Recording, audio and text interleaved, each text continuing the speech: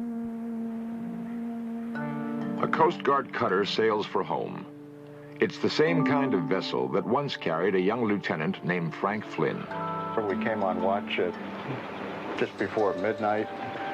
Everything was perfect. It was a flat, calm night. The winds were gentle, ceiling and visibility unlimited. Just a perfect night. Frank Flynn was a 20-year career officer in the Coast Guard.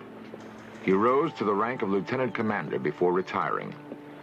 He has sailed in the Bermuda Triangle many times in his military career. Only once did something mysterious happen. Only once.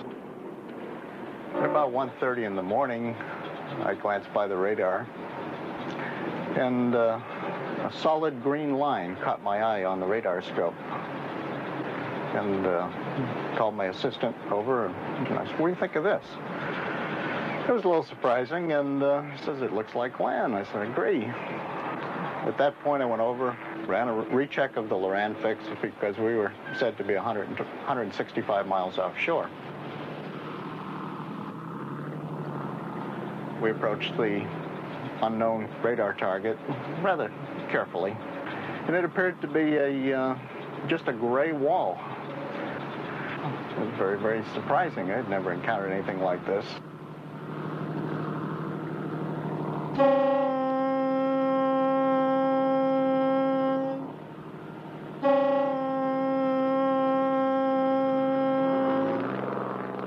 Overhead, you could still see the stars, and the seas were still calm. There was no action. Everything was perfect, other than this gray mass just sitting there.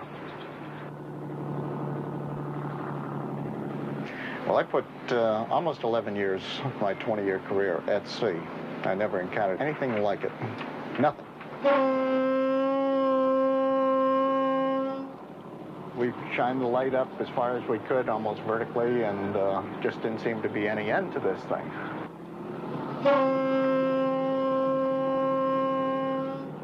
I was on the port wing of the bridge and looked up at the carbon arc light. I could just barely see a very dull glow.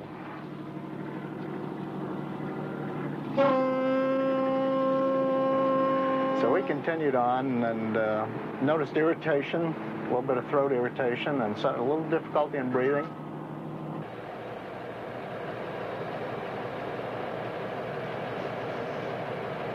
The engine room called indicating they were having little problems with steam pressure.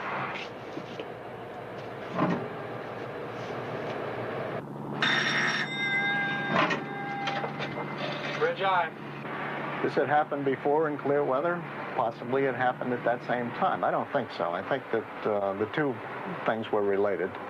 At that point, the Captain Strouch made a determination that he was getting out of there. 200 shafts in, sir. Very well.